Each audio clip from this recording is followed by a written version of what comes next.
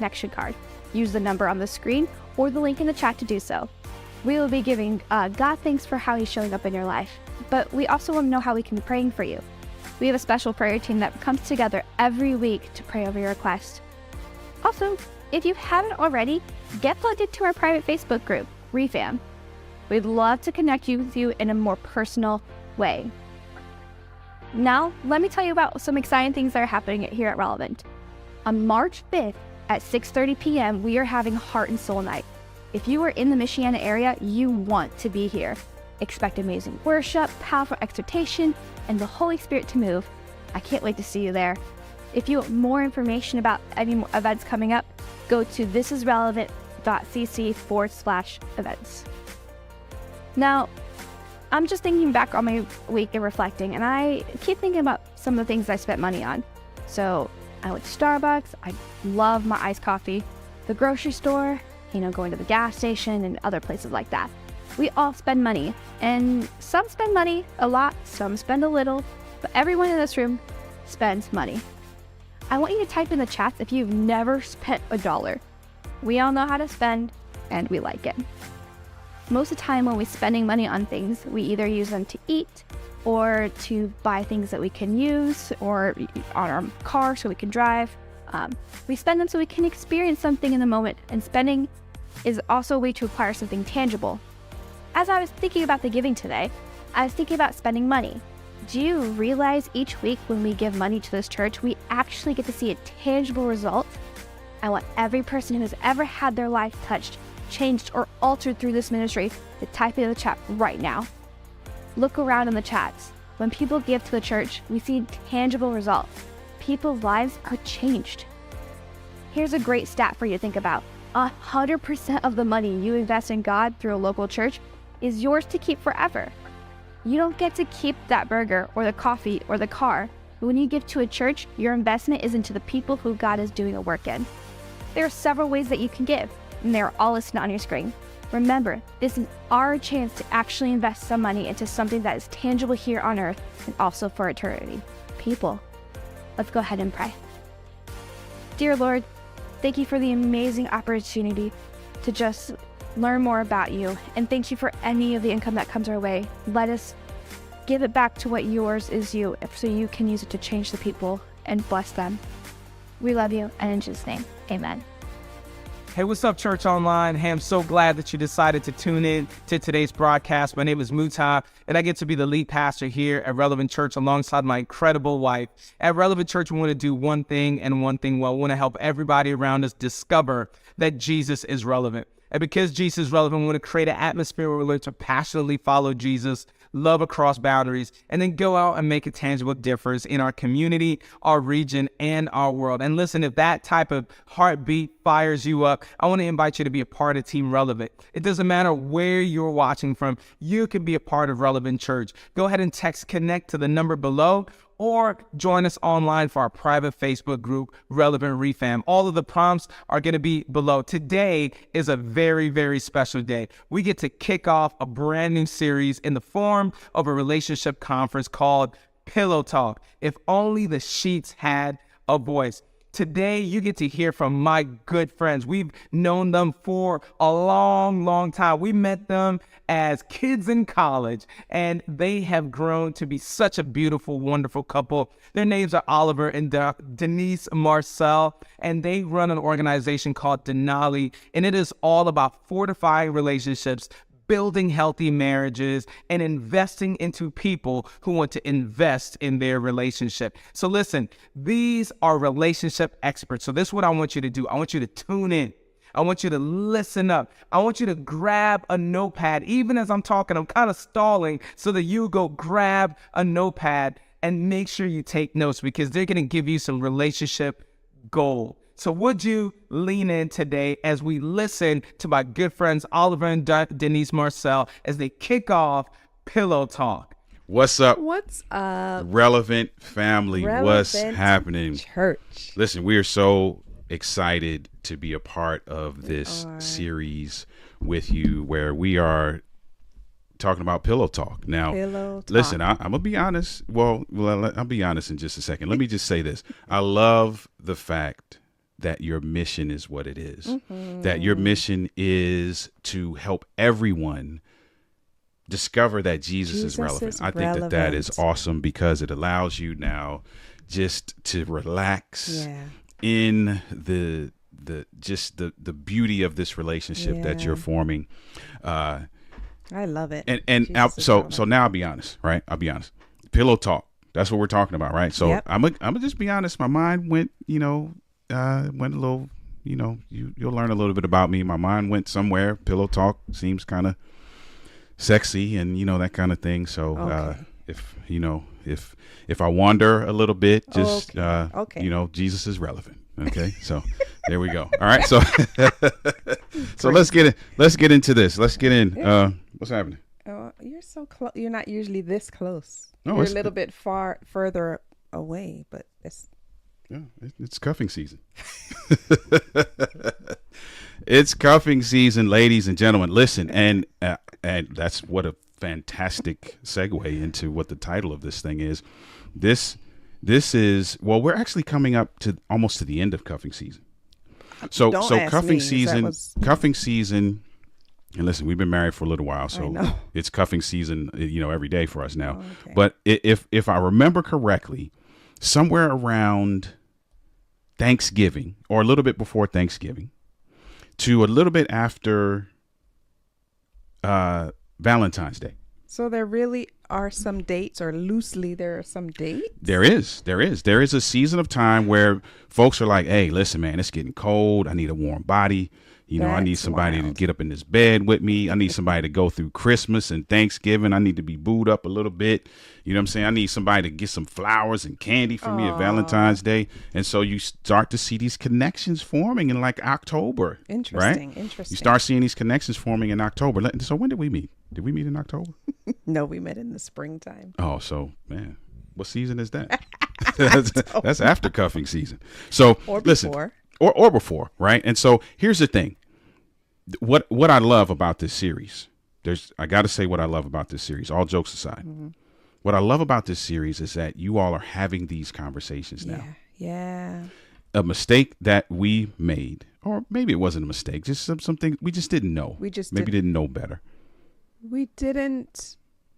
I think we just didn't take the time to think that deeply, if you want to call it that. It could be that. Yeah.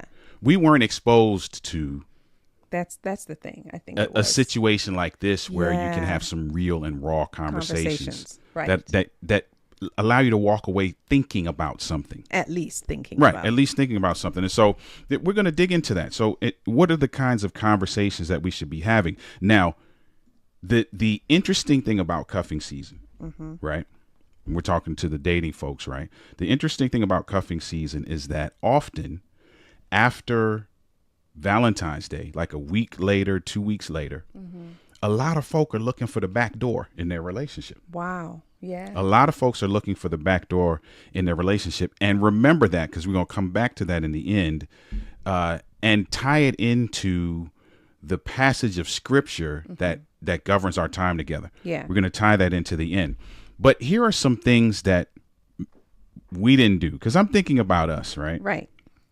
And there was a cuffing season of sorts for us. Yes, I agree. It wasn't called that for us. Right. Or at least we didn't know it was called that. Right. But there was a period of time where I was like, hey, you're the best option. Okay. Option. You're smiling like you want to cut me under the table. Yeah, because option? I'm being honest. I'm being honest. At least you're being honest. I'm being honest. Listen, the dating season is interesting in that we aren't often looking at it from the perspective of building something. Absolutely correct. We're looking at it from the perspective of how can I be benefited? Right. Yes. Yeah. Which I can honestly say I was that guy. Yeah. Right. I was that guy. I was looking for how I could be benefited. What is convenient for the time?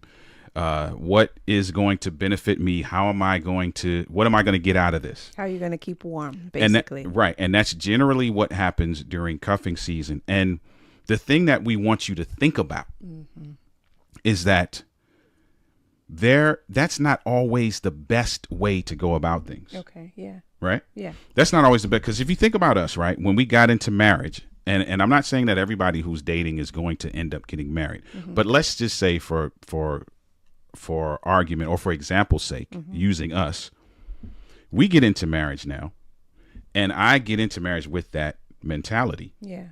There are conversations that did not take place. Right.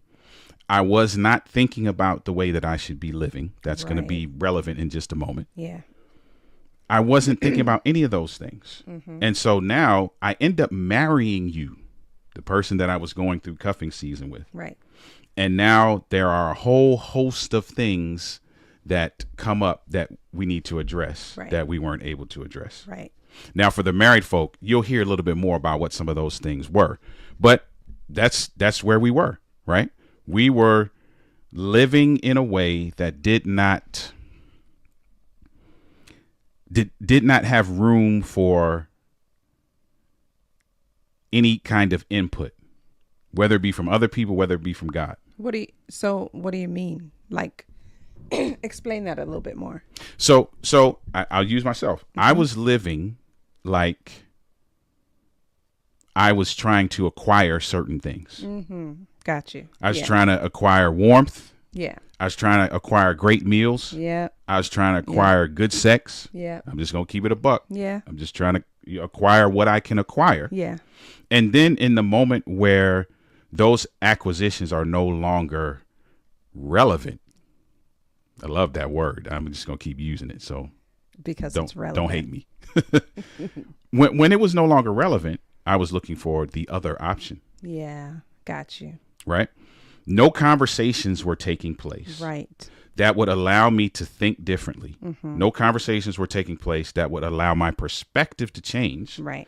No conversations were taking place. No growth was happening on my part That's it. Growth. that would even allow for me to create a filter, if you will, that would allow certain conversations to take place. So let me give you an example when I say filter. If I create a meal right now, if I create your favorite meal, and it is perfectly seasoned. It is from an aesthetic standpoint, it is fantastic. But I put it on a tray, and then I float it down the tube where sewage goes through. Take that great meal and I filter it through where sewage goes through. Yeah. You're not going to eat that meal. Not at all. So here I am. I'm not even creating the right filter. So Right. everything that I put through it, even if I have great intentions, Yeah. comes through a filter Exactly. that either makes me look selfish or makes me look self-centered or makes me look like all I want is, to get in the pants and that's all I want. And I just don't know if that's the best way, Yeah. right? I agree. I don't know if that's the best way. So let me interject here. And maybe we can talk about this here and then tie it back around at the end. If you read the text in Ephesians, the very first thing it says in chapter 5, verse 15 is, so be careful how you live. Be careful how you live. Yeah.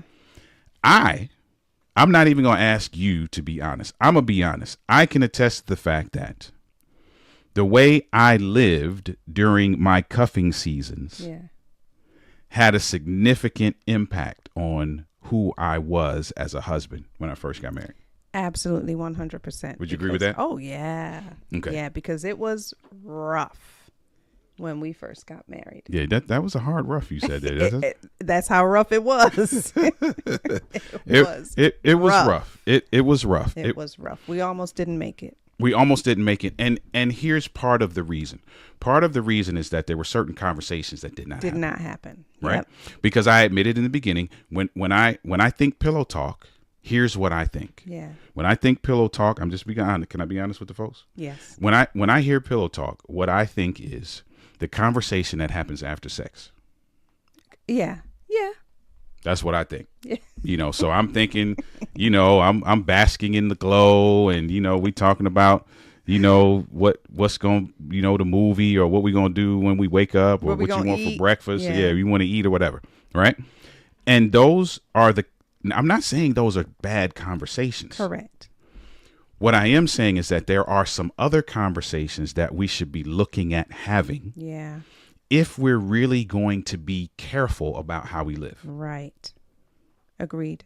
So what are some of those conversations that we should be having? So we should be talking about things like, what is your purpose? Or I should be telling you what my purpose is, what my intentions are as far as how I want to make an impact for the kingdom, for my family, for the community, for the world even. So those types of things are the conversations that we should be having. And I know that we did not talk about any of that. We didn't talk about that. Nope. Here's something that we always tell individuals who are dating. Be resolute about your requirements. Yeah. Something that often happens, well, you know what? We're going to use ourselves. Something that happened with me quite often is that there were no requirements. Yeah. During cuffing season, except for I needed a warm body. Yeah. Yeah. So if there are no requirements, then there's nothing to talk about. Right. Nor is there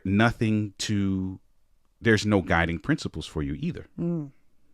So not only are you not having the right conversations, but there's no guiding principles. And in Ephesians, it says we got to be careful about how we live. Now, you talked about something earlier in I think it was verse 17 that stood out to you. Tell me about that. So verse 17 says, don't act thoughtlessly, but understand what the Lord wants you to do. Now, I know for us, not in every instance, I'll speak for myself. During our cuffing season, I know I wasn't going to God and asking him anything. You know what I'm saying? I didn't. I just did not go to God and consult with him or ask him anything. I was just like, this is it. This is great. This is how it is. This is wonderful. But this verse is telling us that we can't be thoughtless. And that's how I was acting. Like, we can't be thoughtless. We got to submit to God. All types of things like that. We should be talking to God about everything. Yeah. And here's the other side of that thoughtless coin, right? Thoughtless also could be the way that I was, which is I was not thinking about you. I was thinking about me. Right. And I was thinking about what I can get. So I'm not supposed to be thoughtless either. Correct. And going back to that filter, when I talked about putting that food on the tray and then putting it through the sewage filter, I should be now also looking to become a certain type of person. Right? So I should be looking at what my boundaries are and what my expectations are and what my preferences are. Correct. And what are the things that are important to me? What are my goals? What are my visions? Right. What's my communication style? What's my personality style? Yeah. And then I should be willing to have conversations like that with you. I think a lot of times why people don't have those types of conversations is because, and tell me if you think this is true, they feel like, well, I have this and I don't want to lose it. And if I talk about, my impact, the impact I want to make for the kingdom, that might scare them off type thing. You know what I'm saying? That's a possibility. And so that's a possibility. Yeah. Because I know there was a time I can remember that there was a commitment conversation that we had. I remember too. And it did create some fear. Made you step back a little bit. It did make me step back a little bit. And I'm glad you brought that up, because here's what we don't want you to do. We don't want you to have conversations that are not appropriate for the time frame that you're in. Correct. Right? So in the beginning of, if we're going to stay with cuffing season, if cuffing season is starting around October and you happen to meet somebody and you catch their eye and they, man, she looks great, or he's fine. You're probably not going to have a conversation about raising children. Yeah. Because that's not necessarily appropriate for that part of the season that you're in. Yeah. Right. Yeah. And I think that speaks to also the other the other half of that verse 15. So the beginning of verse 15 says, be careful how you live. The other end of that verse says, because it says, don't act like fools, but live like those who are wise. Yeah. So part of being wise is actually knowing when these conversations are appropriate and when they're not appropriate. Right. And here's what I would say. I would say, if you're thinking about, okay, when is it appropriate and when is it not appropriate? Think about the things that are important to you. Right. When something becomes important to you as a person, then the time it's probably approaching an appropriate time. Yeah. Which is tough, because It's tough. a lot of us during cuffing season are just kind of thinking about cuffing. Cuffing. Yeah. Yeah. Cuffing. Cuffing. So here's what we have to say about this as we wrap up. The beauty of this, again, I'm going to say it again. The beauty of this experience is that you get to do this with an advantage. So if you don't know by now, I'm an analogy person, right? So I'm going to give you another analogy. If you're trying to pass a test and you're thinking about the things that you want, I want to pass this test. I'm studying for this test. I want to get an A.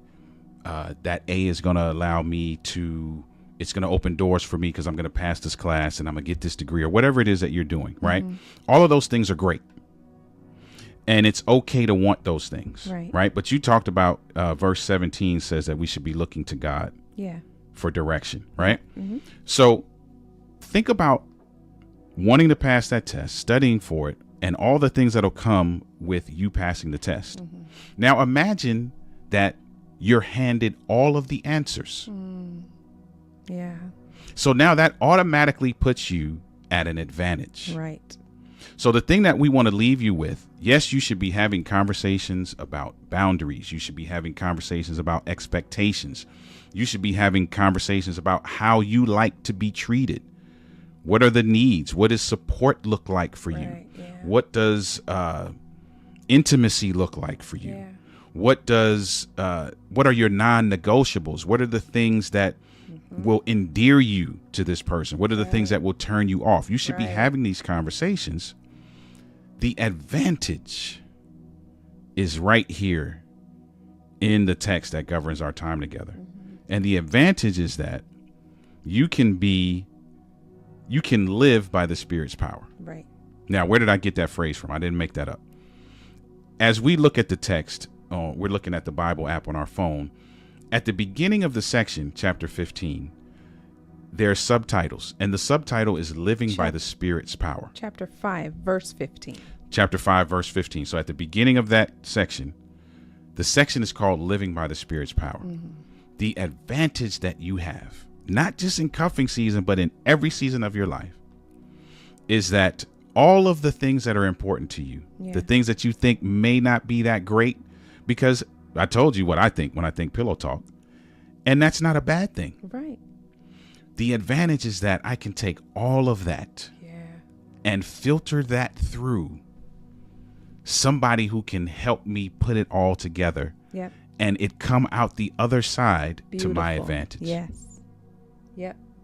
I love it. Yeah. I love it. Great. So as you come to the end of cuffing season, our prayer for you is that you begin to have conversations that enrich you. You begin to think of ways that you can now be careful in the way that you live. Yeah. And just know that you have Jesus and you have your relevant family to help give you some perspective around that. Yeah. So it's cuffing season. Yeah. I think I'm going to stick around. Great. I'm glad you're sticking around. Make sure you're having these conversations, family. And we'll talk to you next time. Bye. I could see your beauty with my eyes closed. I hear your glory and melody, grace in every note.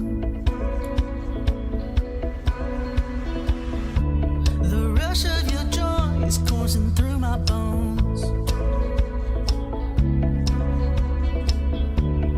Nothing on earth could ever come close.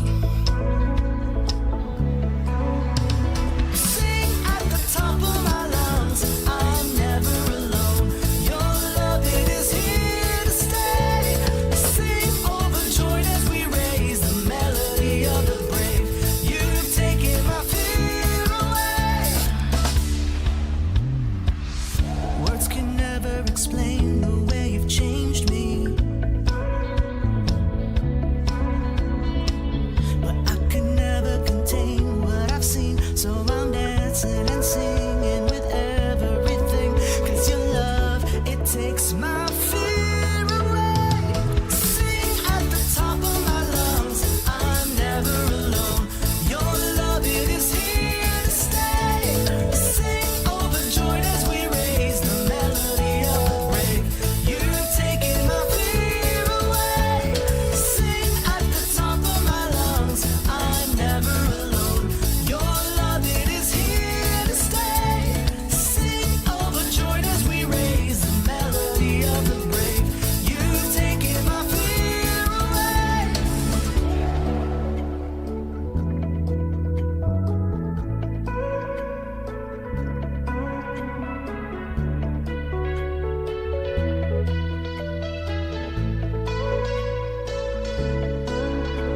Sing at the top of my lungs, I'm never alone. Your love, it is here to stay. Sing overjoyed as we raise the melody of the brave. You've taken my fear away. Sing at the top of my lungs, I'm never alone. Your love, it is here to stay. Sing overjoyed as we raise the melody of the brave. You've taken my fear away.